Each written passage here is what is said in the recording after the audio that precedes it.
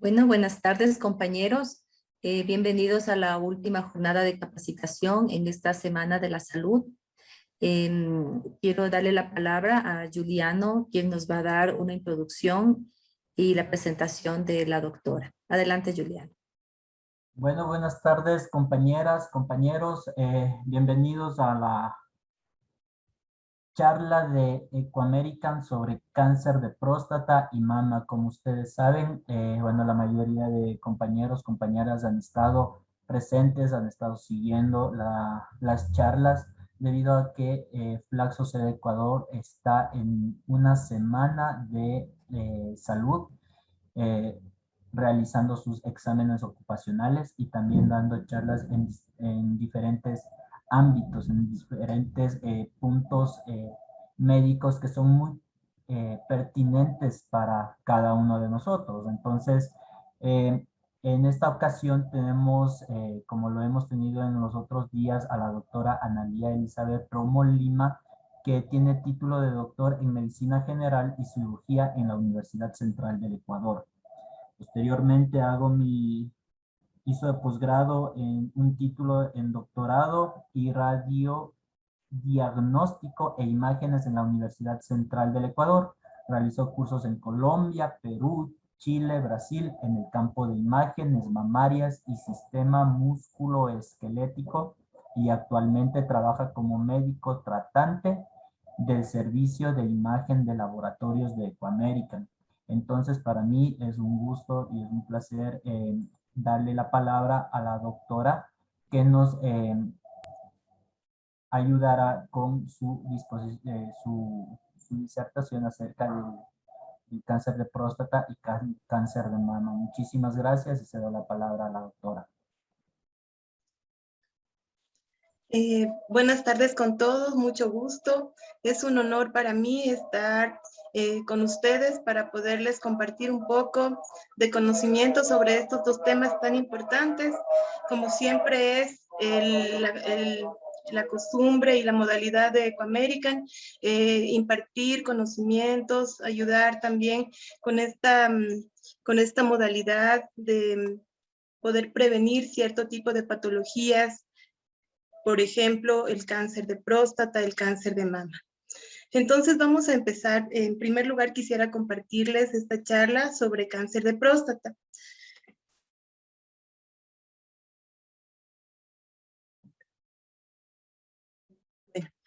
Bueno, la próstata es una glándula, ¿no? Como todos conocemos, es una glándula que pertenece al sistema reproductor masculino. Se localiza justo por debajo de la vejiga. Podemos ver aquí en esta diapositiva la vejiga y debajito de la vejiga está la próstata, esta glándula que está aquí y que está localizada en el primer segmento de la uretra, abrazándola a la uretra, ¿no es cierto? Esta glándula pesa alrededor de 20 a 25 gramos, su tamaño es aproximadamente como el de una nuez y va a rodear el primer segmento de la uretra. Se compone de 30 a 50 glándulas aproximadamente rodeadas de estroma. Las células epiteliales que están presentes en esta glándula son las encargadas de producir el antígeno prostático específico, del cual hablaremos posteriormente, y también otra sustancia como la fosfatasa ácida alcalina. Ahora, ¿cuál es la función de la próstata? Es producir un líquido, un fluido que va a formar parte del semen. La próstata, aquí hay en esta diapositiva se puede observar un poco más didáctica la forma de la próstata y también los segmentos que tiene la próstata, las zonas que tiene la próstata, que son muy importantes en cuanto a la valoración de cáncer de mama, de próstata. Tenemos aquí, por ejemplo, que esta zona más oscurita, la zona que está en negro, es la zona periférica. La amarilla es la zona central. La blanquita va a ser la zona de transición. Por lo general, la mayoría de cánceres de próstata son adenocarcinomas y se van a presentar en su mayoría en la zona periférica, ¿no? En esta imagen podemos ver también estas partes verdes que corresponden a las vesículas seminales. Como vemos, todo este es un sistema donde se produce este fluido que va a ser parte de lo que es el semen. Es importante conocer estas zonas, como les decía, porque la mayoría de cánceres van a estar en esta zona, precisamente en la zona periférica. El 70% de cánceres se presentan en esta zona. El 20% en la zona de transición, el 10% en la zona central. Y más o menos en la zona anterior o fibromuscular y también en la zona de transición es donde se presentan en su mayor cantidad la patología benigna, las zonas que crecen cuando hay una hipertrofia prostática, ¿no? Cuando hay un agrandamiento de la próstata.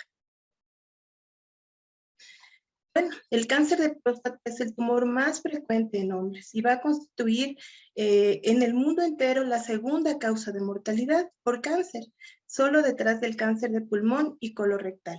Sin embargo, esta situación no es así en nuestro país. En nuestro país, la primera causa de mortalidad por cáncer es precisamente el cáncer de próstata. En segundo lugar está el de estómago y en tercer lugar está el cáncer colorectal. La incidencia va a aumentar conforme aumenta la edad de cada persona, de cada paciente, y el 90% de los casos se van a diagnosticar en pacientes mayores de 65 años. Ahora, hablemos un poco sobre los factores de riesgo. ¿Qué conlleva a un cáncer de próstata? Existen diversos factores de riesgo, por ejemplo, la raza, la herencia, la edad, el consumo de tabaco, la dieta, la actividad física. Por ejemplo, la edad. A partir de los 50 años de edad, el cáncer de próstata es mayor en personas de raza blanca y a partir de los 40 años incrementa el riesgo en personas de raza negra. La raza negra, especialmente la afroamericana, la que está entre Estados Unidos y el Caribe, tiene 1.8 veces más riesgo de desarrollar cáncer de próstata que la raza blanca. Y la raza asiática tiene menos riesgo. La historia familiar es otro de los factores de riesgo. El 8% de los casos es genético, es decir, se hereda. Y el riesgo está en primer grado de consanguineidad, es decir, si tenemos un hermano o un padre con cáncer de próstata, vamos a tener el doble o el triple de riesgo de tener cáncer de próstata. Y si tenemos 2 familiares o 3 familiares, el riesgo se va a hacer de 5 a 11 veces mayor de tener un cáncer de próstata, ¿no? Es muy importante, por eso, conocer la historia familiar. También los portadores de los genes BRCA1 y 2 pueden tener un mayor riesgo. Se dice también que personas que han tenido prostatitis, infecciones recurrentes o inflamación de la próstata podrían tener un mayor riesgo. Sin embargo, esto no ha sido estudiado, no ha sido todavía estudiado de mejor manera para hacer de esta una afirmación. La dieta. La dieta es muy importante. Los pacientes con obesidad corren un riesgo mayor de cáncer de próstata y en estas personas el cáncer va a ser más agresivo. El tabaquismo, el alcoholismo y también personas que tienen lesiones premalignas, es decir, que ya hay cambios en las células prostáticas y que ya han sido diagnosticadas, ellos tienen también un mayor riesgo. Ahora, vamos un poquito de los síntomas. En la primera etapa del cáncer de próstata puede ser asintomáticos, puede ser que no haya ningún síntoma y pase desapercibido. Una persona puede pasar hasta 10 años sin tener ningún síntoma y no desarrollar absolutamente nada. Cuando ya tenemos un inicio del cáncer prostático, podemos también puede también haber síntomas obstructivos leves. Por ejemplo, hay una disminución del calibre del chorro de la orina, una interrupción del chorro de la orina, puede haber aumento en la frecuencia, sobre todo nocturna, dificultad para orinar, molestias, escozor. Cuando ya el tumor se avanza, ya está más grande, los síntomas obstructivos ya van a ser mucho más claros. Y también puede aparecer hematuria, o sea, sangre en la orina, también pueden haber signos de infección. Y una vez que avanza el cáncer, cuando ya está en una fase muy avanzada ya ha pasado a órganos que rodean a la próstata o a órganos a distancia, podemos también tener ya edema, dolor óseo. Puede verse afectado también la actividad sexual en estos pacientes. Por ejemplo, podemos encontrar en ellos también, aparte del cáncer de próstata, con los tratamientos de cáncer, también puede haber una disfunción eréctil, una disminución del volumen de la eyaculación dolorosa o sangre en la eyaculación. Ahora, ¿cómo vamos a diagnosticarlo? Es muy importante que las personas, que los hombres realicen un chequeo médico anual, urológico, por supuesto, donde el médico urólogo va a realizar primero el examen clínico, primero el diagnóstico, primero la evaluación, la historia clínica del paciente y sus antecedentes, y luego de esto procederá a realizar varios exámenes para determinar si la próstata ha crecido, si hay una alteración, una inflamación o si hay hallazgos sospechosos, va a hacer un screening para el cáncer. Primero se hace un tacto rectal. Bueno, este método diagnóstico siempre produce miedo, temor en los hombres y realmente es un método muy sencillo, pero muy, muy valioso y muy importante al que no hay que tenerle miedo, porque nos puede salvar la vida. Entonces, el tacto rectal es uno de los primeros estudios que hace el médico en su consultorio. Luego, un examen de sangre para determinar los valores del antígeno prostático específico. Se hace una ecografía que puede ser suprapúbica, una transrectal. Si encontramos ya algo que nos indique que hay un cáncer de próstata, ya pasaríamos a hacer una biopsia guiada por ecografía. Y cuando es un cáncer de más difícil diagnóstico o ya se hacen varias biopsias, podemos llegar inclusive a realizar también una resonancia magnética pélvica multiparamétrica. El tacto rectal.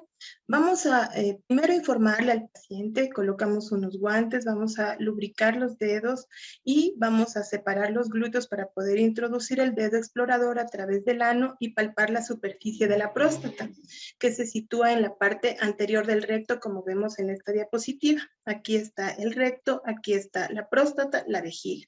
Entonces, ustedes ven que el dedo puede palpar la parte posterior de la próstata y podemos evaluar la consistencia de la próstata, la superficie, el tamaño, los límites y la movilidad, ¿no? Entonces, vamos a buscar que la próstata sea elástica, esté lisa, esté regular, que tenga un tamaño como el de una nuez, porque si ya es como una mandarina, ya tenemos más o menos un tamaño, un crecimiento medio, o una naranja, ya sería un crecimiento severo de la próstata. Los límites y que sea móvil, ¿no? Que no esté adherida a planos vecinos. Se dice que el cáncer es muy duro, entonces vamos a palpar una superficie leñosa y eso ya nos va a dar el indicio de que hay patología prostática y enseguida procedemos a pedir una biopsia. Así no se vea la imagen en una ecografía, podemos pedir ya una biopsia de la próstata porque ya estamos palpando algo anómalo en el tacto rectal. Entonces, el otro examen es el que muchos de ustedes ya conocerán, se les ha pedido conjuntamente con un eco de próstata, se solicita el antígeno prostático específico, que es un marcador tumoral, ¿no? El antígeno prostático es producido por las células epiteliales en la próstata y nos sirve para conocer si hay una sospecha de cáncer. Está presente en todos los hombres, pero en dosis muy bajitas, muy poquito. Cuando aumenta puede ser, una de las causas puede ser el cáncer, pero no siempre aumenta solo por cáncer. También puede aumentar en una prostatitis, en una inflamación de la próstata, en una hiperplasia, en un crecimiento benigno de la próstata, puede aumentar en un cáncer de próstata y también en otras por ejemplo, en una eyaculación, en una manipulación prostática, también lo podemos ver elevado. Por eso es que se dice que el antígeno prostático específico es órgano específico, o sea, es producido por la próstata, pero no es cáncer específico, porque no siempre va a estar elevado en el cáncer, sino en estas otras entidades. El límite del antígeno prostático es 4 nanogramos por mililitro. Esto es lo que ustedes van a encontrar en su estudio de laboratorio. Cuando está sobre los 4 nanogramos, ya tendríamos una sospecha de cáncer, pero entre 4 y 10, la sospecha puede ser más bien de un proceso inflamatorio infeccioso. Cuando supera los 11, ya tenemos una sospecha un poco más clara de que esto puede ser un cáncer, y si es más de 20, con seguridad hay un cáncer de próstata. Otro de los métodos que utilizamos es la ecografía, ¿no? Igual, el médico urólogo siempre va a solicitar una ecografía. Por lo general, en nuestro medio se utiliza una ecografía suprapúbica para el que se les pide a los pacientes que llenen la vejiga. Podemos entonces evaluar de esta forma los bordes de la próstata, el peso prostático, podemos evaluar la vejiga, la pared, el residuo posmisional. Le pedimos al paciente que llene la vejiga y luego que orine para ver si hay residuo. Todo esto nos da un indicio de cómo está, del crecimiento que puede haber en la próstata. Por vía suprapúbica es muy difícil evaluar cáncer, ¿no? Entonces lo que se hace es, con el antígeno prostático elevado, se solicita una ecografía transrectal para evaluar si hay tumores sospechosos y también para realizar una biopsia prostática. La ecografía transrectal, al igual que el tacto rectal, es por esta vía, por vía rectal. Entonces se coloca una sonda que es como un dedo por vía rectal para poder evaluar la próstata, y se evalúan todas las zonas que vimos al principio. Por ejemplo, en este caso tenemos una próstata que está agrandada. Vemos aquí, esta es la zona periférica, y aquí vemos una lesión que está oscurita, nosotros le llamamos hipoecogénica.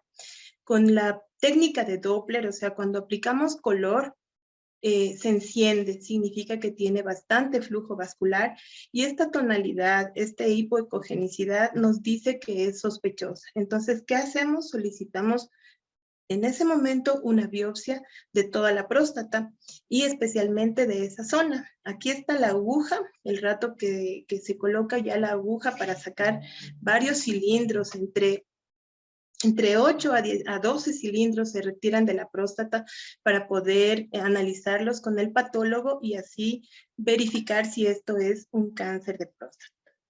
Aquí otra próstata, una lesión hipoecogénica muy sospechosa de ser un cáncer, que fue un cáncer, por cierto. Aquí una lesión también altamente sospechosa, ¿no? Y por lo general, como les contaba, en las zonas periféricas. Aquí está un ejemplo de una biopsia que se llama biopsia por sextantes, porque se hace en todos los niveles. No solo de la lesión, sino también en la base, también en la zona media y en el ápex. Se van retirando múltiples cilindros de toda la próstata para poderlos analizar. La resonancia magnética multiparamétrica es otro estudio muy avanzado, de una tecnología muy avanzada que se hace en un magneto, en un imán muy grande, donde se hacen imágenes mucho más específicas para evaluar tanto la próstata, para diagnosticar cáncer de próstata y también para evaluar metástasis, ¿no? Cuando la próstata ya, el cáncer ya ha avanzado más, puede romper la cápsula y irse a lugares aledaños, a tejidos aledaños, o viajar por la sangre a distancia. Entonces todo eso lo podemos evaluar también con una resonancia magnética. Aquí una resonancia se puede ver con mucha claridad todos los segmentos, podremos ver en ese caso la zona periférica y aquí encontraremos los tumores sospechosos. También se puede hacer biopsia guiada por resonancia y algunos otros estudios dentro de la resonancia para determinar el tipo de cáncer.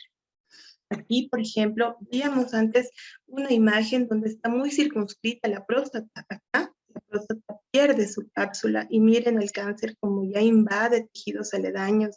Ya la forma de la nuez no está, ya simplemente vemos que esto ha avanzado y que aquí ya hay una invasión hasta las vesículas seminales. Los patólogos han hecho una escala, un score de Gleason para definir el cáncer en tumores bien diferenciados, moderadamente diferenciados y poco diferenciados. Esto es, por ejemplo, nos da la agresividad del cáncer. Un tumor bien diferenciado es menos agresivo que un poco diferenciado. Significa que las células se parecen mucho a las células normales y se da un puntaje de 2 a 4. En el moderado, las células ya son diferentes, pero no mucho. Y en el poco diferenciado, con un puntaje de 8 a 10, las células son totalmente diferentes a las células normales y son mucho más agresivas. Esta escala es muy importante para el pronóstico del paciente. Ahora, los tumores pueden avanzar, ¿no? Un tumor no palpable, por ejemplo, un tumor en grado 0 significa que en la próstata no hay tumor. Una categoría 0 sin tumor. Una categoría 1, un T1, significa que el tumor en la próstata no es palpable y no se diagnostica de forma microscópica en la pieza del adenoma cuando hay una elevación del antígeno prostático.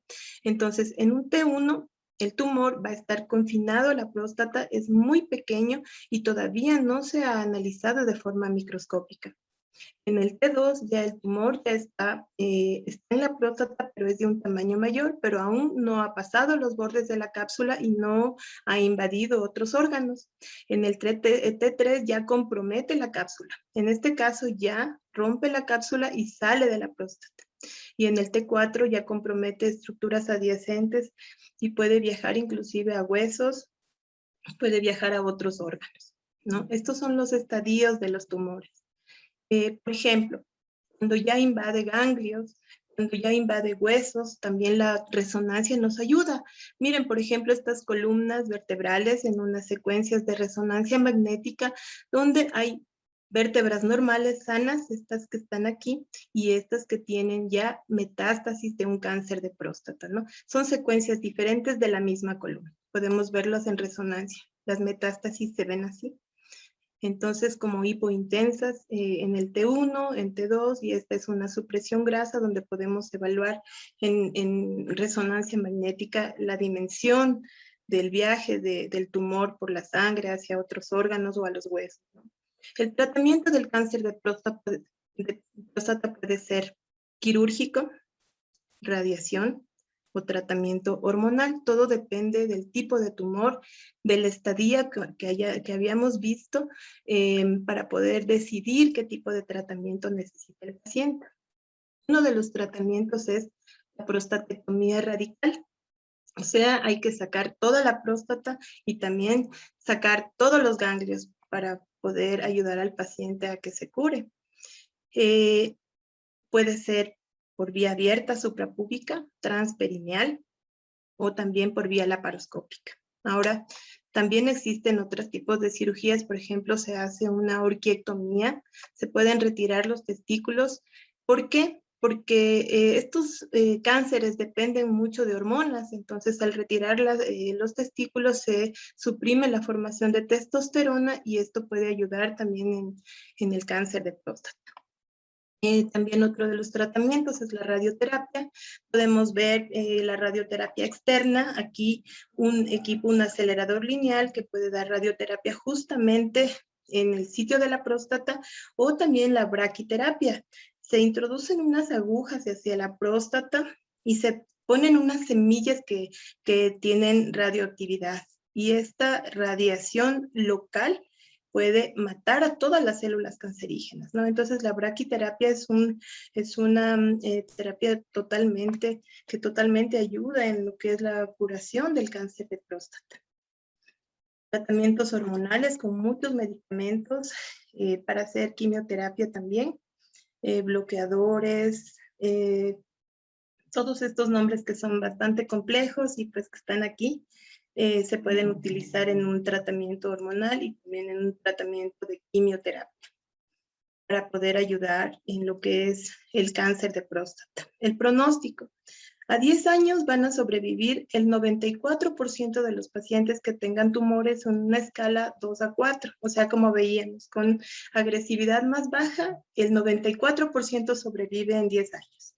El 75% sobrevive con tumores con una escala de 5 a 7. Cuando está localizado, sobreviven el 65 a 75% en 10 años. Si ya se diseminó, podrían sobrevivir el 55%. Pero si ya están en columna, en huesos, en cráneo, el promedio es 15%. Y el promedio de vida serán unos 30 meses en estos pacientes. Ahora, las recomendaciones que son muy importantes. Cuando tienes más de 40 años, por favor, acude a tu médico. No hay que tenerle miedo al urólogo, no hay que tenerle miedo al tacto rectal, porque nos puede salvar la vida. Entonces necesitamos una valoración anual. Más todavía si tenemos un familiar que recibió un diagnóstico de cáncer de próstata. Hay que contarle a nuestro médico si tenemos familiares no con antecedentes y peor aún si son un hermano nuestro, un papá, para que el médico pueda establecer un procedimiento a seguir con el paciente. Es importante cuidar el peso. La obesidad no ayuda, produce alteraciones hormonales y puede ser un factor de riesgo.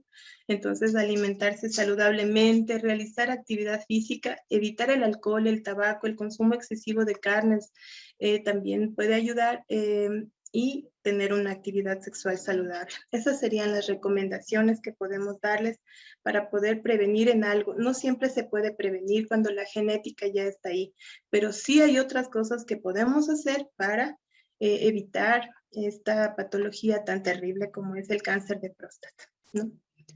Eso sería en cuanto al cáncer de próstata.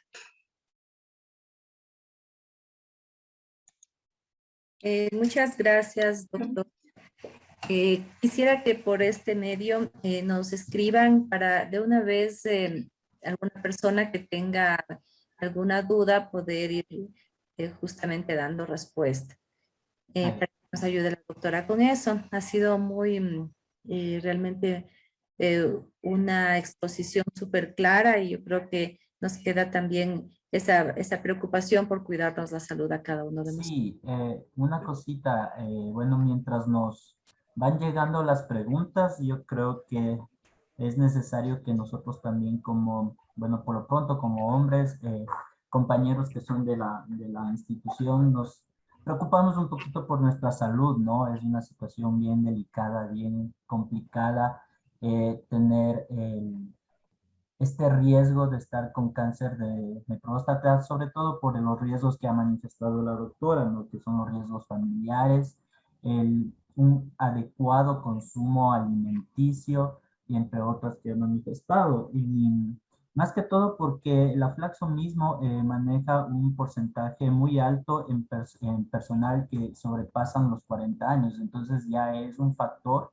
Tenemos más o menos un 72% de personas, de compañeros que pasan los 40 años de edad y están en una edad donde prácticamente es necesario ya hacer los chequeos pertinentes justamente para salvaguardar nuestra salud, nuestra integridad. Entonces, eso, compañeros, bueno, yo en realidad tengo ahí algunas consultas que me están llegando por interno y me dice que, a ver, ¿qué significa la metástasis?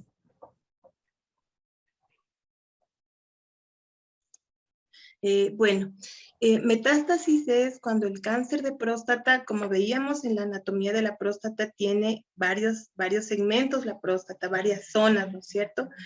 Entre ellos, una de ellas es la cápsula de la próstata, la capa que le recubre.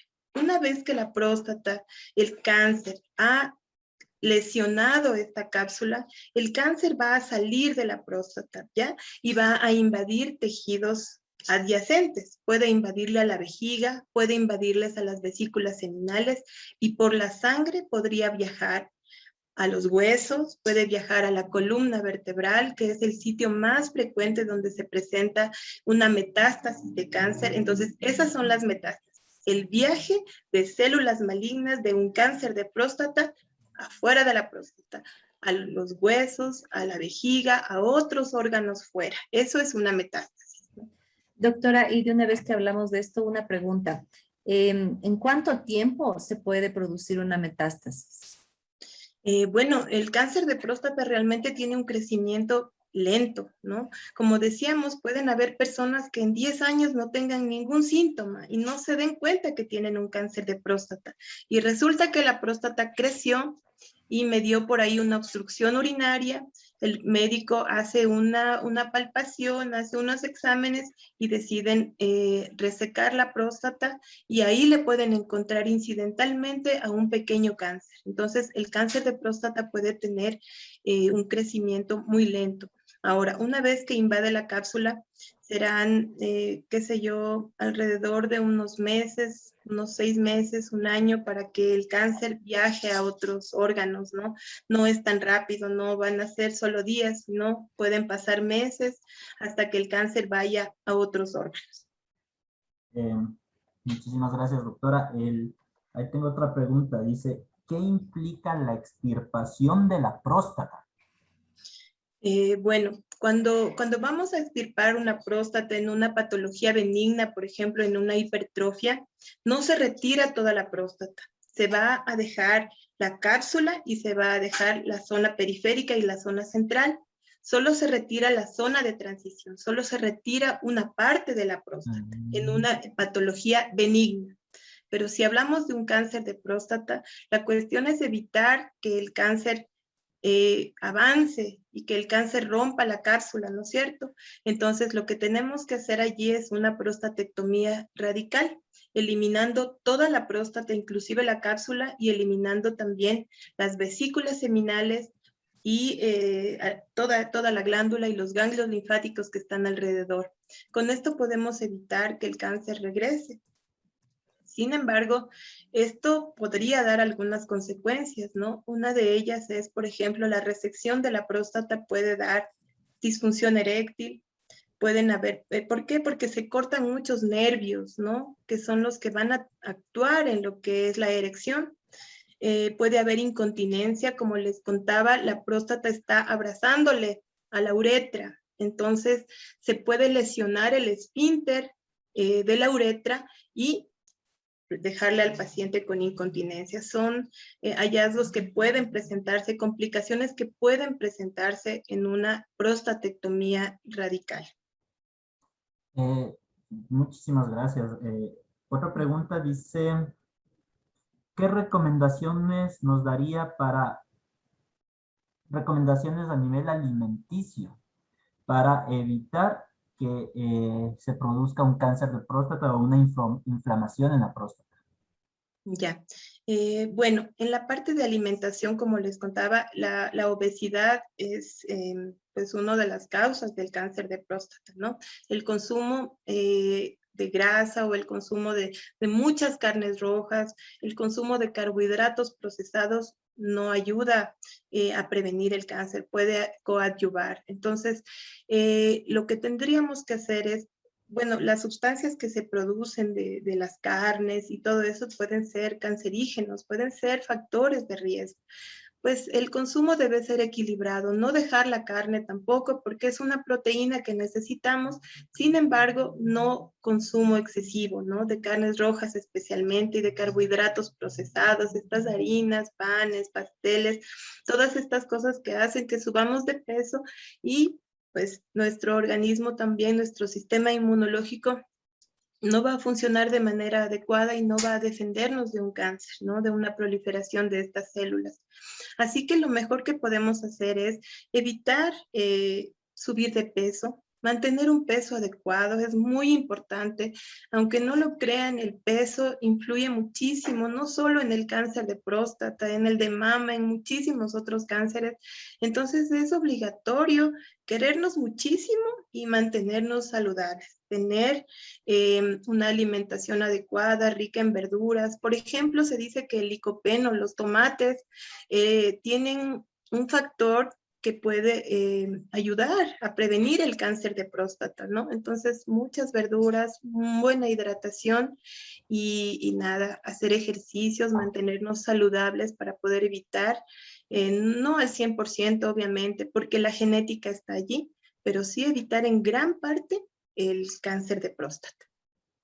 Muchísimas gracias, doctora. No sé si es que alguien más tiene alguna otra pregunta. Si no, pasaríamos inmediatamente a la presentación del cáncer de mama. Hay más preguntas, Julia.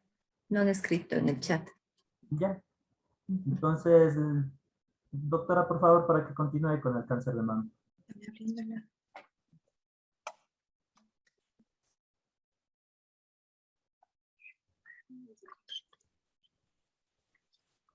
Pierde el mouse, no veo bien.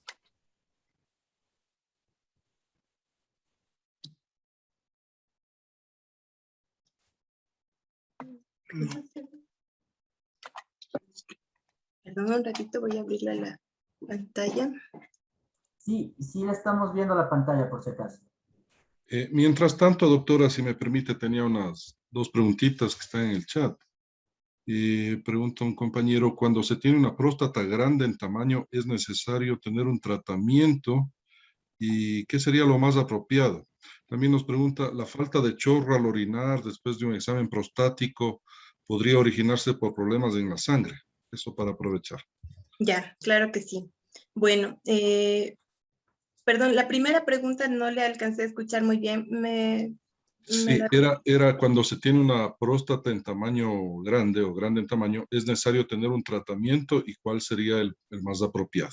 Más apropiada. Bueno, por lo general la patología más frecuente de la próstata es la hipertrofia, ¿no? La próstata puede crecer, puede agrandarse por muchos factores, inclusive por los factores que hemos visto, puede agrandarse también y formar múltiples lesiones o tumores, pero benignos en este caso. Todo depende de la sintomatología del paciente, ¿no? Porque podemos tener próstatas muy grandes, pero el paciente no tiene síntomas, está asintomático, está tranquilo. Sin embargo, hay próstatas que, digamos, tienen 40, 42, 45, 50 gramos y que pueden dar una sintomatología muy importante. Por ejemplo, disminuye el chorro. Por ejemplo, hay disuria, hay molestias al orinar, hay nicturia, el paciente orina cada rato y especialmente en las noches, el chorro se corta. Entonces, en esos casos, o a veces inclusive llega a hacerse una retención urinaria, el paciente no puede orinar. Cuando hay consumo de alcohol, sobre todo, el paciente no puede orinar y se queda toda la orina en la vejiga, imagínense, es una angustia terrible. Entonces, cuando tenemos ya una sintomatología muy florida, el urólogo decide hacer una cirugía para retirar una parte de la próstata, no toda la próstata, ¿no? En una hipertrofia benigna no se retira toda la próstata. Entonces se puede retirar la zona de transición, que es la que crece, y el paciente va a mejorar su sintomatología. La cirugía puede ser abierta. Cuando es una próstata muy grande, la cirugía puede ser una cirugía transuretral por la uretra, se puede raspar un poquito la próstata y aliviar los síntomas obstructivos del paciente, ¿no? Entonces hay varias modalidades de cirugía que se decidirán de acuerdo a la sintomatología que tiene el paciente. Entonces todo depende de los síntomas y la cirugía puede ayudar. Ahora, claro, en manos de un experto cirujano, porque la cirugía también puede traer algunas complicaciones, ¿verdad? Entonces, no se trata de hacer daño, sino de solucionar un problema. Entonces, en manos de un experto cirujano, la cirugía prostática puede aliviar muchísimo la sintomatología. Perdón, ya me escuché. David, estás con el micrófono apagado. Mil disculpas, sí, doctora, muchas gracias. Nos manifiesta otro participante, dice, al ser retirada la próstata en su totalidad, ¿qué debe hacer el paciente de acuerdo a su cuidado? Dice. Bueno, cuando fue retirada la próstata ya en su totalidad significa que hubo un cáncer y bueno, lo que tenemos que hacer es pensar en que no queremos que vuelva el cáncer, que no queremos que recidive, ¿no? Entonces vamos a hacer los cuidados pertinentes, vamos a cuidar nuestra salud, nuestro peso, a hacer ejercicio, a tratar en lo posible de tener una vida tranquila, sin estrés y bueno, en la parte del cáncer, la parte emocional es muy, muy importante, ¿no? Aparte de cuidar nuestra salud, de cuidar la parte quirúrgica, de cuidar todo, primero aceptar que tenemos una enfermedad, aceptar que hemos pasado por un proceso así y nada, seguir adelante, cuidarse muchísimo en todos estos ámbitos, no solo la salud, sino también la parte emocional es muy, muy importante. El cáncer de próstata y otros cánceres pueden regresar por el estrés, pueden regresar por la tristeza, la depresión. Entonces es muy importante nuestra salud mental. Y bueno, la parte física la podemos cuidar siempre con nuestra alimentación correcta y manteniendo una vida saludable, esperando que el cáncer no regrese nunca más. Muchas gracias, doctora. Encantada.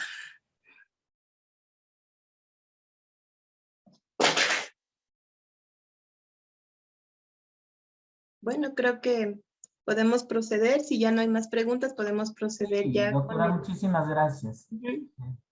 Por favor, nos ayude. ¿Ya? Encantada. Bueno, la otra parte que les traía es el cáncer de mama, ¿no? Es también muy importante que podamos conocer, hacer una evaluación de lo que es el screening de cáncer de mama, cómo encontrar un cáncer de mama, cuándo encontrarlo, y en quiénes tenemos que hacer los estudios, a qué edad, ¿no? Entonces, esta parte es muy, muy importante para todas nosotras y bueno, también para los hombres, porque los hombres tienen esposas, tienen madres, tienen hijas, entonces ellos también deben conocer parte de lo que es el cáncer de mama. Bueno, las estadísticas son muchísimas, ¿no? Entonces tenemos lamentablemente que en el mundo entero se prevé que aumente a 23 millones para el 2030 los pacientes con cáncer de mama, que hayan nuevos casos, ¿no? En América Latina y el Caribe, en América Latina y el Caribe dice que los cánceres son el 27% de los nuevos casos y el 16% de las muertes en mujeres por cáncer se da en estos sitios.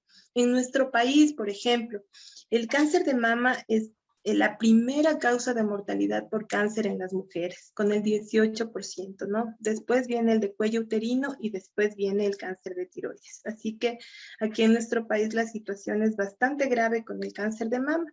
Se dice que 1 de cada 8 mujeres vamos a poder presentar un cáncer de mama.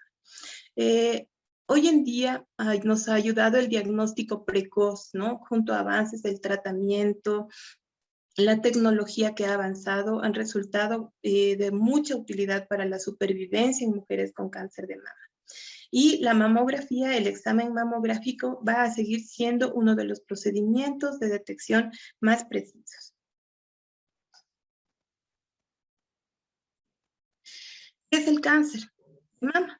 Es la proliferación, el crecimiento acelerado o incontrolado de células del epitelio glandular. Las células aumentan de manera descontrolada y tienen una capacidad enorme de reproducción, ¿no? Las células de cáncer pueden diseminarse también, al igual que las de próstata, también a través de la sangre, de vasos linfáticos y pueden llegar a otras partes del cuerpo formando metástasis. El 99% de los cánceres de mama aparecen en mujeres. Sin embargo, los hombres no están libres. También existe un porcentaje de hombres que pueden desarrollar cáncer de mama.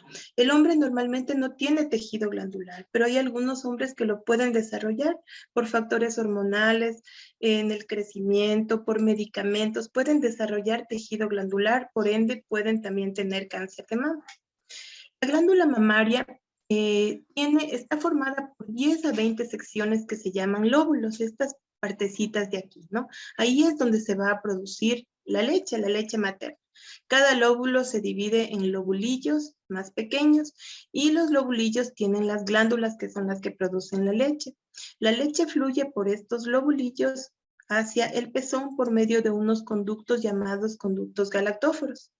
Ahora, entre los lóbulos está la grasa y también hay parte de estroma, ¿no? Es como el relleno de estas glándulas, está la grasita y también el estroma. ¿A quién afecta el cáncer de mama? El origen aún es desconocido. Sin embargo, se han encontrado factores de riesgo que nos pueden ayudar a determinar quién va a tener un cáncer de mama. Por ejemplo, la edad. Las pacientes a mayor edad, mayor riesgo, ¿no? Se supone que el mayor riesgo está entre los 50 a 60 años de edad. Ahora, en pacientes que han tenido una menstruación precoz, una menopausia tardía, que no han tenido embarazos o que han tenido embarazos tardíos, también hay factores de riesgo. ¿Por qué? Porque en estas situaciones puede haber una elevación de hormonas también, o una mala actuación de las hormonas, de los estrógenos especialmente, que pueden llegar a producir una alteración, un crecimiento de células, y estas células pueden transformarse en malignas, ¿no? Entonces, cuando hemos menstruado muy tempranamente, o cuando no tenemos hijitos, o cuando no damos de lactar, el factor, el riesgo va a incrementarse. Es igual en las pacientes que tienen terapia de reposición hormonal. Esto también está en controversia, ¿no? Hay muchas que necesitan terapia, pero los ginecólogos pueden estar un poco reacios a que una mujer tenga una terapia hormonal en la menopausia. A veces hace falta, pero la terapia hormonal podría llevar a la formación, a la presentación, al crecimiento de células malignas, y por ende hay que analizar muy bien si es que es necesaria una terapia hormonal después de la menopausia. La más importante, una de las más importantes, es la predisposición genética. Igual que en el de próstata, cuando tenemos familiares con grado de consanguinidad, en primer grado de consanguinidad, por ejemplo, nuestra mamá, nuestra hermana o nuestra hija, que hayan tenido cáncer de próstata, vamos a tener un mayor riesgo, porque podemos heredar genes, mutaciones genéticas, y estos genes también nos podrían llevar a tener un riesgo muy alto de desarrollar cáncer de mama a una edad más temprana. La densidad mamaria elevada, ya vamos a ver qué es la densidad mamaria. Y si tenemos alguna enfermedad, o si ya hemos tenido cáncer de mama, tenemos más riesgo de desarrollar cáncer en la otra mama. Cuando hemos sido expuestos a radiaciones en nuestra niñez o en la adolescencia, corremos un mayor riesgo. Por ejemplo, pacientes que han tenido un linfoma y que han necesitado recibir radiación, ellos tienen mayor riesgo. El tabaquismo, el alcohol, siempre estos factores están presentes en el cáncer, ¿no? Son como factores de riesgo. El tabaquismo, el alcohol, la obesidad, el estrés, son situaciones que sí podemos controlar, ¿no es cierto? Como decíamos, la parte genética no la podemos controlar, pero estas otras sí, tabaquismo, alcohol, obesidad, también son factores de riesgo. En la obesidad los cánceres son más agresivos, ¿no? ¿Por qué? Porque en la obesidad también hay una alteración hormonal, y esa alteración hormonal nos puede llevar al crecimiento de células anómalas. La mitad de los cánceres de mama los padecen mujeres cuya edad se sitúa entre 35 hasta 54 años, ¿no? Sí, 35 años, pensaríamos que es una mujer muy joven, pero yo he tenido pacientes de 17 años con cáncer de mama y de 94 años con cáncer de mama. Entonces el rango es muy amplio realmente. Entonces a cualquier edad estamos expuestas, todas estamos en este riesgo. Por otra parte, se ha demostrado que el riesgo aumenta con edad, por lo que la mayoría de campañas precisamente se hacen para mujeres entre 59 a 69 años. Ahora, ¿cómo lo diagnosticamos? Primero, la mamografía convencional, que por cierto ya está desactualizada y que ya realmente no debe utilizarse, ¿no? La mamografía convencional era la que se realizaba hace muchos años atrás, y donde se revelaban placas con líquidos. Entonces no tenía una resolución muy buena, y no podíamos a veces alcanzar a evaluar toda la patología mamaria ni microcalcificaciones, que son muy importantes de encontrar. Hoy en día tenemos la mamografía digital, que es lo más actual, y la tomosíntesis. Estos son los métodos, ¿no?, con los que contamos hoy en día para hacer un diagnóstico realmente muy eficiente de lo que es un cáncer de mama. Otros métodos son la ecografía, con elastografía, la resonancia magnética, esos como métodos de imagen. Y luego, por supuesto, el intervencionismo, que es una vez que hemos encontrado ya lesiones sospechosas, llevarlas a la biopsia para analizarlas y saber si ahí hay un cáncer. La mamografía, ¿no? La mamografía, bueno, siempre les digo a las pacientes, salva la vida, realmente. No hay que tenerle miedo, para nada. La mamografía nos va a ayudar absolutamente en lo que es el screening como el primer estudio que debemos realizarnos a partir de los 40 años, todas las mujeres. La exploración utiliza rayos X, pero hay una baja potencia para localizar zonas anormales en la mama. Las radiaciones de esta técnica no suponen ningún peligro y puede localizar tumores que son pequeños para ser detectados por el tacto. Ahora, hoy en día contamos con otra tecnología muy importante como es la tomosíntesis. La tomosíntesis es la mamografía, pero ampliada. Es una mamografía que va a hacer cortes milimétricos de la mama, como una tomografía. Entonces, nuestros equipos actuales de mamografía ya cuentan con este estudio de tomosíntesis que adquiere múltiples cortes y los suma.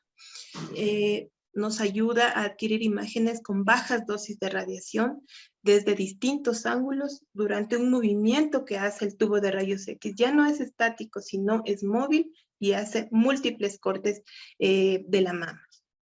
Nos sirve para hacer una mayor definición de lesiones malignas, reduce las llamadas a las pacientes nuevamente, aumenta la sensibilidad y la especificidad para encontrar cáncer de mama. Por ejemplo, aquí tenemos una mamografía, solamente una mamografía digital, ¿no? La diferencia entre una tomosíntesis es que podemos ver muy bien los bordes de la lesión. Entonces, esto nos ayuda espectacularmente a revisar de una mejor manera el borde de una lesión. Aquí tenemos un corte de una mamografía digital y una mamografía con tomosíntesis. Podemos ver una lesión, sí, irregular, pero tal vez no la vemos muy claramente como en esta tomosíntesis, ¿no? Miren los bordes. Esta es una lesión en la mama muy irregular, con unas puntas que vemos aquí que se llaman espículas y que fue un cáncer de mama. Ahora, lo que hablábamos, ¿qué es la densidad mamaria? La densidad mamaria se refiere a la cantidad de tejido glandular que tiene cada mujer, que es distinto en cada mujer. Tenemos una densidad, como en este caso, el Colegio Americano de Radiología hizo una clasificación de la densidad mamaria. La clasificación es ACR1, en este caso la mamografía, la mama tiene mucha grasa. Como podemos ver, el tejido es más oscurito, casi no hay tejido glandular. Estas lineecitas apenas son un poquito de tejido glandular disperso. No me refiero al tamaño de la mama, ojo, me refiero a la composición de la mama. Entonces, esta mama está compuesta especialmente por grasa. Aquí ya hay un poquito de tejido glandular, ¿no? Como nos refiere la diapositiva, aquí arriba en el esquema podemos ver un poco más de tejido glandular. Lo blanquito es el tejido glandular, lo denso es el tejido glandular. Entonces, a esta mama se le llama mama con áreas dispersas de tejido glandular. Sería un ACR2, según la clasificación del colegio. La siguiente clasificación es en una mama heterogéneamente densa. Miren, la cantidad de tejido mamario en ella aumentó, ¿no es cierto? Tenemos un 51 a 75% de tejido glandular en la composición mamaria. Y por último, una mama extremadamente densa. En este caso, ya casi toda la mama está compuesta de tejido glandular, casi no hay grasa, ¿no? Aquí mucha grasa, acá ya casi no vemos grasita, ¿no? Entonces, estos son la clasificación en 4 niveles de lo que es el Colegio Americano de Radiología para evaluar una mamografía, ¿no? Y obviamente el tejido glandular es donde se asienta el cáncer. Entonces las mujeres con mama densa, como esta mama extremadamente densa o esta mama heterogéneamente densa, son las que mayor riesgo de tener cáncer tienen. Otra de las cosas con las que tenemos que familiarizarnos las mujeres es la clasificación de BI-RADS, ¿no? En nuestro formato, en nuestro estudio de mamografía, al final vamos a encontrar, cuando nos hacemos la mamografía, siempre una clasificación. Depende siempre de lo que haya encontrado el médico radiólogo. BI-RADS 0 significa que el estudio está incompleto, que No está completo, que tal vez tenemos una mama muy densa y vamos a necesitar complementar el estudio con una ecografía. El BIRATS-1 significa que nuestra mamografía es totalmente normal. El BIRATS-2 significa que nuestra mamografía tiene hallazgos benignos, o sea, encontramos calcificaciones, encontramos tal vez nódulos muy bien definidos y eso nos dice, o ganglios, y eso nos dice que la mamografía tiene hallazgos benignos y que no necesitamos absolutamente nada más. El BIRATS-3 ya nos dice que hay algún hallazgo que tenemos que controlar. Por ejemplo, unas calcificaciones que estén en grupitos, podemos controlarlas en 6 meses, ese sería un BIRATS-3. El BIRATS-4 se divide en 3, ¿no? En 3, en A, B y C. El BIRATS-4 significa que ya hay un hallazgo sospechoso y que necesitamos hacer una biopsia. El BIRATS-5 significa que hay un hallazgo altamente sospechoso, una lesión que es muy sugestiva de ser un cáncer, altamente, con un 96% de probabilidades de ser algo maligno. Entonces, este BIRATS-5 significa biopsia. Y el BIRATS-6, cuando ya hicimos la biopsia y ya sabemos que es una lesión benigna o maligna. Entonces sería un BIRATS-6. Esto lo puse aquí porque muchas pacientes me preguntan, ¿qué significa, doctora? Aquí abajo dice BIRATS, ¿qué es? Entonces ya sabemos que es un sistema de reporte imagenológico y un sistema de base de datos. Es como un lenguaje que hablamos todos los radiólogos para poder definir qué tenemos, y esto está, siempre se van a fijar en su mamografía, en el diagnóstico. ¿Qué vamos a encontrar en la mamografía? Lesiones, ¿no? Si no hay nada, en buena hora. Si hay lesiones, pueden ser redondas. Siempre nos fijamos en los márgenes de las lesiones. Redondas, ovaladas, lobuladas, con bordes irregulares, distorsiones. El borde puede estar bien definido, puede estar oscurecido, multilobulado, puede ser espiculado, como veíamos esa lesión anterior, esas puntas que vemos. Entonces, todo eso ya nos va definiendo entre una lesión benigna o maligna. Aquí están nódulos que encontramos en la mamografía. Uno redondito, uno con un borde oscurecido, pero que tiene un buen borde, ¿no? Que nos da la impresión de que no es malo, de que es benigno. Miren, este multilobulado, este sí nos asusta porque cuando hay más de 5 lobulaciones ya tenemos una sospecha. Y este que está muy feo, que es espiculado, irregular, muy mal definido, entonces esto es un hallazgo altamente sospechoso de malignidad. Esto entraría en una categoría 5 y esto requiere una biopsia urgente, ¿no? Muy definido, bien redondito, este nos tranquiliza, nos dice que aquí puede haber un quiste, un fibroadenoma, algo benigno. Este no, este está muy lobulado, muy heterogéneo, este no se define muy bien. Entonces, cuando encontramos todo esto, lo que tenemos que pedir también es un complemento ecográfico para determinar de qué está compuesto el nódulo, ¿no? Podemos encontrar también calcificaciones benignas, por ejemplo, calcificaciones vasculares. Estas son benignas, son de los vasos sanguíneos. Estas redonditas en anillo son de la piel, benignas también, de la piel. Estas calcificaciones gruesas, lineales de tipo secretor, también son benignas. Esta gruesa en popcorn es una calcificación que nosotros la catalogamos como benigna. Entonces, cuando encontramos esto, vamos a un BIRATS-2. ¿Por qué? Porque es un hallazgo benigno incidental en la mama. Pero también hay otras calcificaciones que solo las lee la mamografía. Esto no se ve en ecografía, ¿no? Entonces, por eso es tan importante la mamografía en primera instancia. Estas calcificaciones que ya no son tan bonitas, tienen aquí una Y, hay un asterisco, hay una línea, a estas les llamamos pleomórficas. Estas ya son lesiones sospechosas de malignidad. Estas de acá están agrupadas, muy feas, muy tenues, en polvo, de piedra, también sospechosas. Y estas que son lineales, estas son las más peligrosas, ¿no? Muy finas, casi imperceptibles, muy pequeñitas. Realmente el ojo del radiólogo tiene que ser experto para encontrarlas. Ahora, unos casitos que encontramos en Ecoamérica, una pacientita de 52 años, asintomática, no sintió este nódulo, estaba cerca de la axila, no sintió nada. Ella viene solamente a hacerse un control. No se había hecho nunca un control anterior, pero esta vez llegó. Y bueno, miren la lesión. Aquí en la mamografía muy lobulada, muy densa, y pues en la ecografía no se diga, muy irregular, muy vascularizada. Entonces terminó siendo un cáncer de mama. Otra paciente fue mal diagnosticada, le dijeron en otra institución que era un quiste, y pues no, nada que ver, no era un quiste. Tantas lobulaciones, como les digo, tantos bordes irregulares.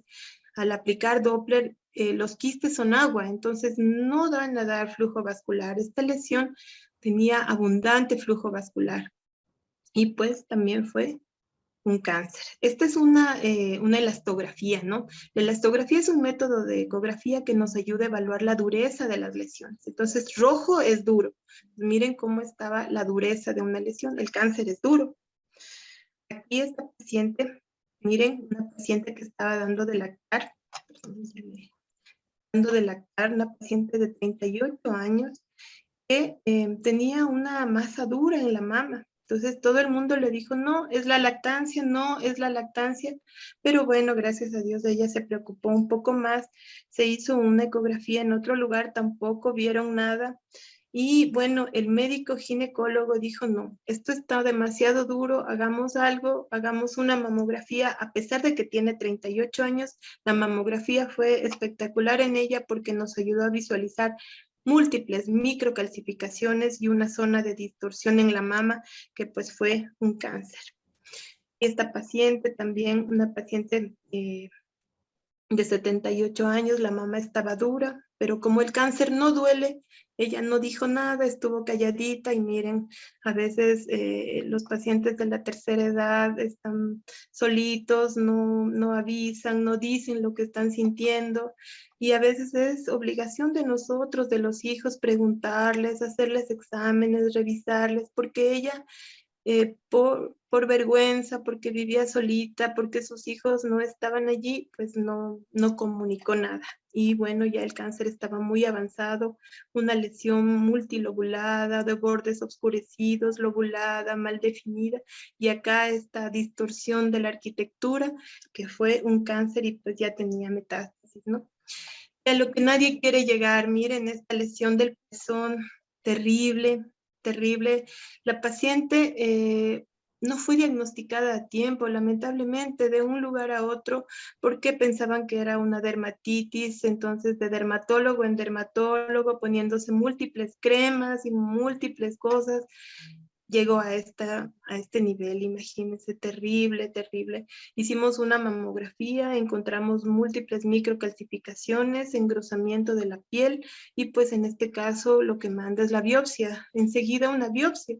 Y eso es lo que hicimos, y fue un Payet, así se llama el cáncer del pezón, Payet. También nos sirve para evaluar prótesis mamarias, los contornos, los bordes, el que no haya fuga de silicona, por ejemplo, como en este caso, podemos ver la fuga de la silicona hacia el tejido mamario.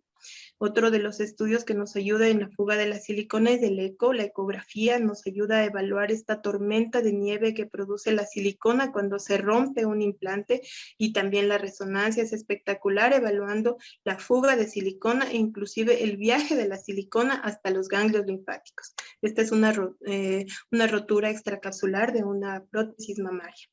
La ecografía, como habíamos visto, nos ayuda totalmente. En esta no hay radiación, entonces esta se puede hacer a cualquier edad. Es un estudio realmente muy, muy importante que complementa la mamografía, que nos sirve para evaluar si la lesión que encontramos en la mamografía es sólida, es líquida, y también las características de la lesión. Bueno, para todos esos aspectos, ¿no? La ecografía nos puede ayudar, por ejemplo, en este caso. En la mamografía se veía un nódulo bien ovaladito, bien bonito, que tal vez no era sospechoso en la mamografía, pero en el eco vemos que tiene esta lesión dentro de esta zona quística. Lo negrito es líquido, ¿no? el agua en ecografía es negra, entonces así se ve, hipoecoide le llamamos nosotros, y dentro de esto había una lesión maligna que fue un carcinoma, un papiloma intraquístico que fue maligno también. El eco nos ayuda a ver la consistencia, qué es lo que contiene esta lesión, ¿no es cierto? Y también, miren, la técnica de Doppler nos ayuda a ver el flujo vascular, los vasos sanguíneos que le alimentan a la lesión. La elastografía, como les dije, nos ayuda a evaluar la dureza de las lesiones. Miren esta lesión muy sospechosa, muy oscura, hipoecoide, y pues está en una tonalidad rojita y el rojo es dureza, que nos orienta hacia un BRAF5, a un cáncer de mama. La otra es la resonancia magnética, también ayuda. En lo que son técnicas de imagen nos ayuda, es un estudio muy específico, muy importante que se puede hacer para evaluar, por ejemplo, prótesis, para evaluar pacientes que están en terapia neoadyuvante, pacientes que ha sido difícil el diagnóstico en mamografía y en ecografía, que han sido sometidas a biopsias. Ellas pueden ser candidatas a realizarse resonancia, ¿no? En cicatrices, en enfermedades residuales, cuando ya hay tumorectomías y se sospecha que todavía puede haber un residuo de un cáncer. Miren, en rupturas de cápsulas, de cápsulas de prótesis mamarias, la resonancia es maravillosa en algunos parámetros también. Y luego viene la intervención, luego ya viene la biopsia de la mama. Una vez que tenemos la lesión que la hemos visto en la mamografía, en el eco o en la resonancia, vamos a analizar de qué se trata. Para esto hacemos intervencionismo, que puede ser guiado por una aguja gruesa, para hacer una corebiopsia, puede ser guiado con un arpón, una aguja que se coloca en la mama para retirar la parte que está alrededor de la aguja, en quirófano, que son las más frecuentes, ¿no? Que son los métodos diagnósticos para sacar cilindros de la mama y poder analizarlos histopatológicamente y definir el tipo de tumor y también la parte molecular del tumor, ¿no? Las etapas, igual que en el cáncer de próstata, tenemos múltiples etapas, ¿no? 0, 1, hasta el 4. Ya de acuerdo a la propagación, a si el cáncer está focalizado a la mama o si ya se fue a otros órganos. Esa es la modalidad, las etapas, la estadificación que tenemos, ¿no? Y de acuerdo a eso depende el tratamiento y también el pronóstico. Encontrar un cáncer en una etapa 1, bueno, creo que es la lotería realmente. Pero encontrar un cáncer cuando ya se ha propagado, ya es muy triste porque ya el pronóstico, el tratamiento ya van a ser muy difíciles y la sobrevida también va a ser más corta. Entonces, en un 0 pueden haber células que están anómalas, pero solamente están en el tejido mamario. En la etapa 1, el tumor es pequeñito y se identifica solo en la mama, no se propaga a los ganglios. En el 2 ya puede medir entre 2 y 5 centímetros y ya podemos encontrarlos en los ganglios. En la propagación regional puede medir 5 centímetros, pero ya pueden haber una afectación de ganglios más amplia, o inclusive puede estar en la piel, en la pared. Y el 4 ya es cuando se ha ido lejos de la mama, se ha ido al pulmón, se ha ido al hueso, el cáncer. Perdón. Entonces la evolución depende muchísimo de cuándo encontremos el cáncer, ¿no? Qué importante que es encontrarlo tempranamente. ¿Y cómo lo encontramos tempranamente? Sí, la palpación es importante, que nos toquemos es importante, por supuesto que sí. Sin embargo, ustedes ven esas microcalcificaciones que no se van a palpar, que no se sienten. El cáncer no duele, no dice nada. Entonces, la palpación no es suficiente, no solo tocarnos es suficiente.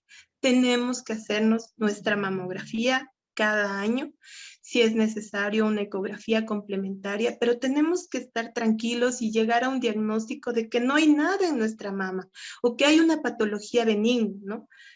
O si encontramos un cáncer, lo encontramos pero tempranamente. ¿Ya? El cáncer puede aparecer en unos meses, en unos años. Entonces, no, como el otro día me dice una paciente, sí me hice una mamografía hace 10 años y estuvo normal. Y ahora viene y encontramos un cáncer. Entonces, no cada 10 años, cada año.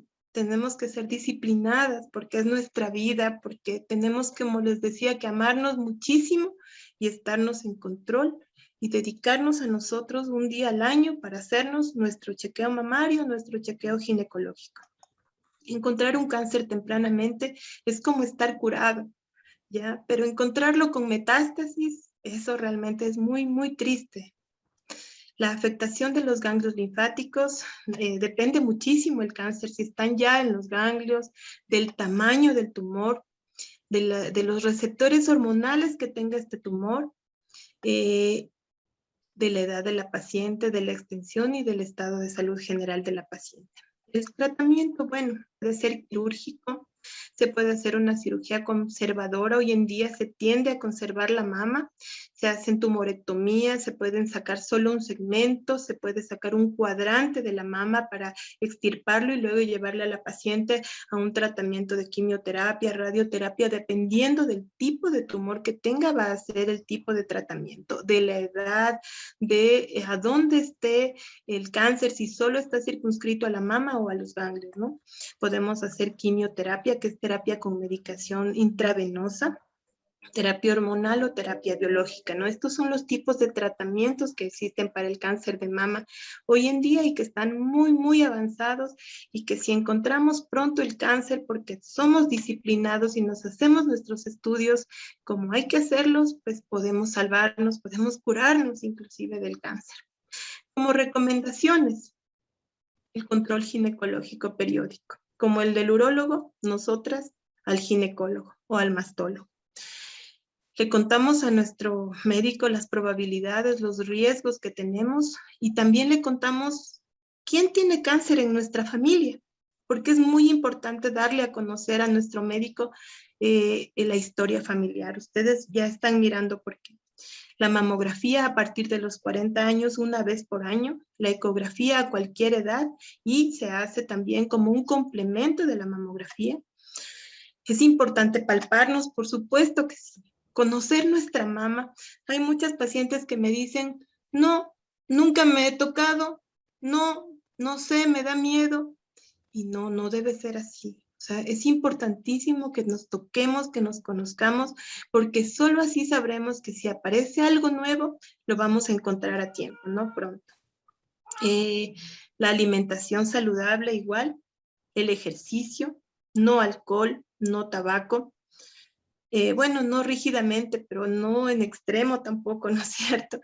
Las hormonas también son importantes, los tratamientos de reposición hormonal, sobre todo en la menopausia, tratar de evitarlos en lo posible.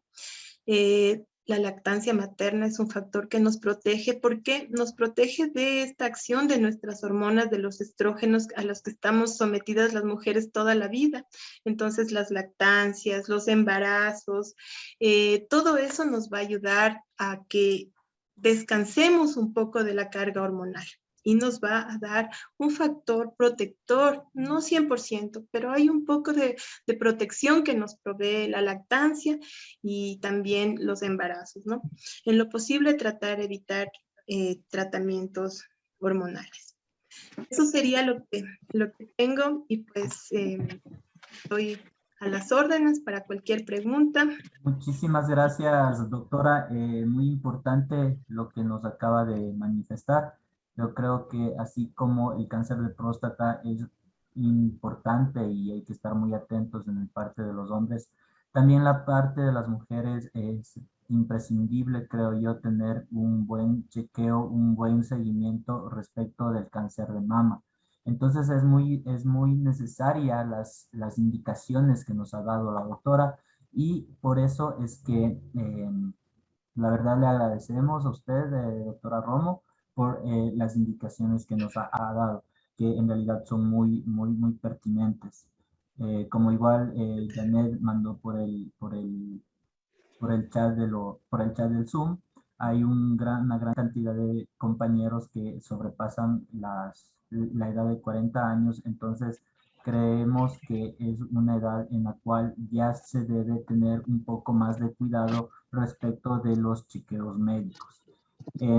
También hay algunos compañeros que agradecen el conversatorio, felicitan y realzan la importancia de toda la información dada.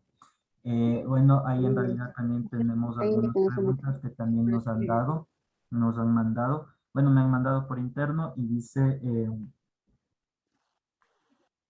a ver, dice, el, ¿qué hacer cuando tengo bultos en los senos, pero que esos bultos no han sido diagnosticados como cancerígenos? Ya. Bueno, cuando encontramos un nodulito en la mama, lo primero es acudir al ginecólogo para que lo palpe y para que él defina qué tipo de estudio necesitamos, ¿no? Si es mayor de 40 años, empezamos por una mamografía. Si encontramos nódulos en la mamografía, vamos a hacer un eco de complemento.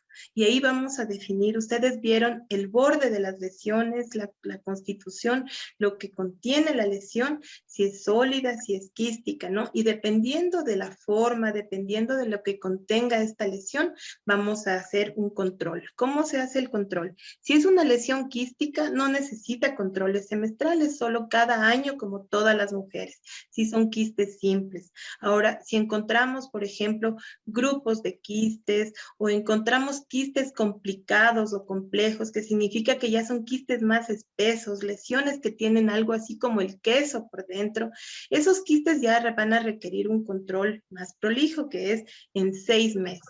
¿No? Esto lo dice el BIRATS, ¿no? Que es nuestra Biblia, que es el sistema que seguimos todos los radiólogos y los ginecólogos o los mastólogos en lo que es mama. Entonces, hacemos un control en 6 meses dependiendo. Si es una lesión bien definida, si estos bultitos, estos nodulitos que está palpando son sospechosos de ser fibroadenomas o quistes complejos o complicados, los vamos a controlar semestralmente. En 6 meses hacemos un control estricto durante 2 años, cada 6 meses. Si en 2 años estas lesiones nodulares no cambian, ya pasamos a un BIRATS 2 y ya los controlaríamos cada año. Esa sería la modalidad, el control, nada más. Muchas gracias, doctora. A ver, me dice otra pregunta. ¿Cuál sería el extremo? ¿En qué caso sería para el retiro o la extirpación del seno? ¿Cuándo tendríamos que hacer una mastectomía radical? Bueno, una mastectomía radical, sí. Obviamente una mastectomía radical se puede hacer en un cáncer mamario, ¿no? En un cáncer, por ejemplo, si es un cáncer donde tenemos no solo un foco, pueden haber múltiples focos. Puede haber ya un viaje de las células malignas a los ganglios de la axila, ¿no? Entonces puede en ese caso, o dependiendo del tipo de cáncer, los cánceres pueden ser, de acuerdo a la clasificación molecular, pueden ser hormonodependientes, por ejemplo, dependientes de estrógenos, de progesterona, o también pueden tener una partícula que es el HER2, o no tener ninguna de esas características. Esos cánceres, los que tienen receptores HER2 o los triples negativos, como se llaman, son los más agresivos, los más complicados de tratar, los más peligrosos. Entonces, en ese tipo de cáncer, muchas veces se hace mastectomía radical, inclusive se hace bilateral. Se sacan los 2 senos y se hace luego una reconstrucción de la mama.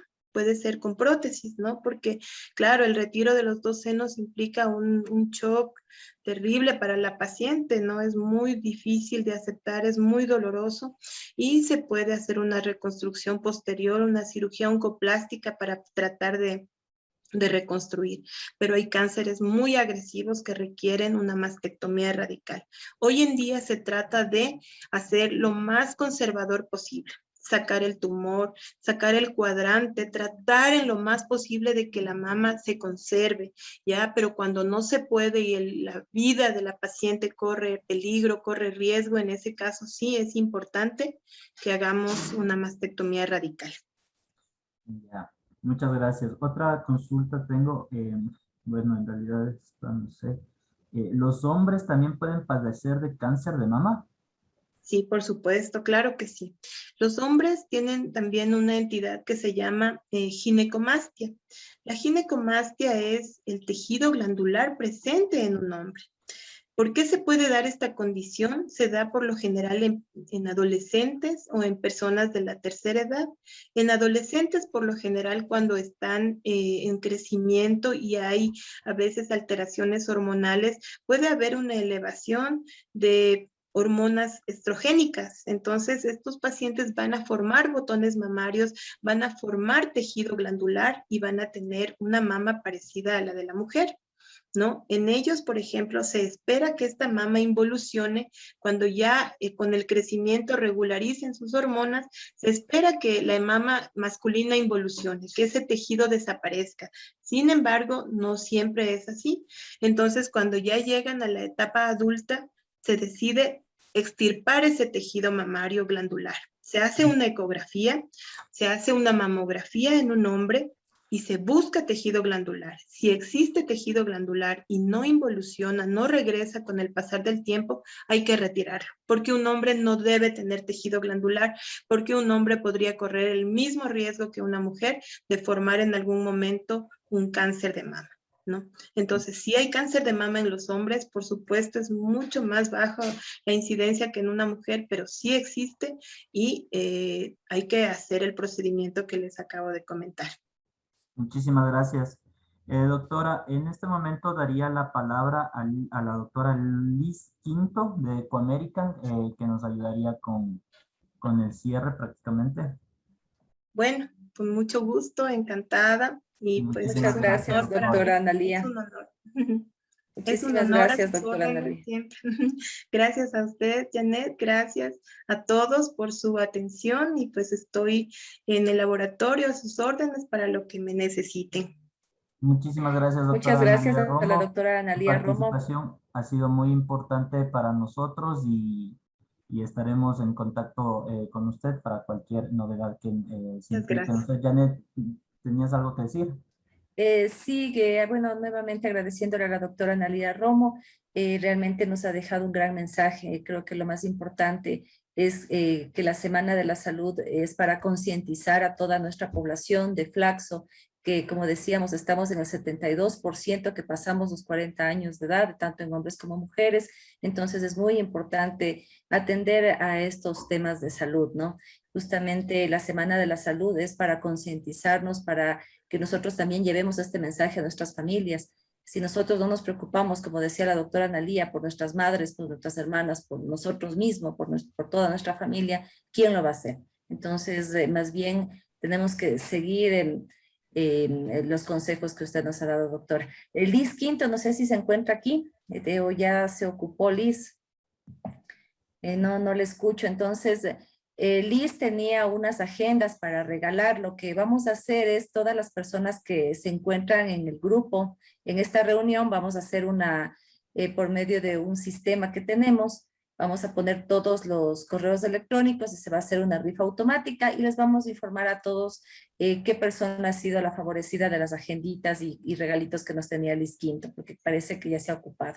Muchísimas gracias, Juliano, y a todos los compañeros. El día de mañana solamente quiero recordarles y que nos ayuden a pasar la voz que va a ser el último día de la Semana de la Salud. Todas las personas que no pudieron ir a Flaxo por obvias circunstancias a hacerse los exámenes ocupacionales pueden ir el día de mañana. Se les agradece a todos. Juliano. Listo, muchísimas gracias, Janet. Janet, Juliano, no sé si me permites un paréntesis nada. Sí. Sí, estamos a vísperas ya de cerrar la encuesta de lo que es riesgos psicosociales. Entonces, el día de mañana, entonces, se manda un recordatorio hoy día para que, por favor, los compañeros que no hayan todavía, no se hayan conectado y no hayan llenado la encuesta, que nos ayuden, porque es información que es clave para el programa de gestión de riesgos psicosociales a los años siguientes. Eso nomás. Gracias, Muchas David. gracias. Muchas gracias, David, Janet, doctora Analía Romo. Muy importante este espacio.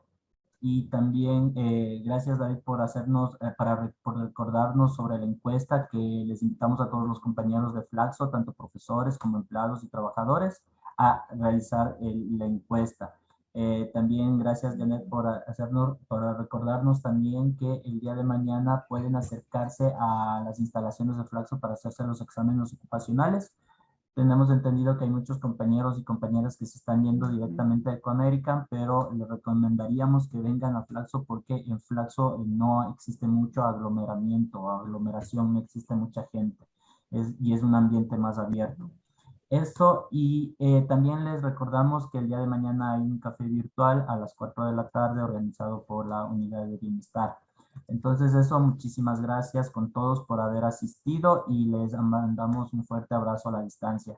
Hasta luego, que les vaya muy bien, ¿no?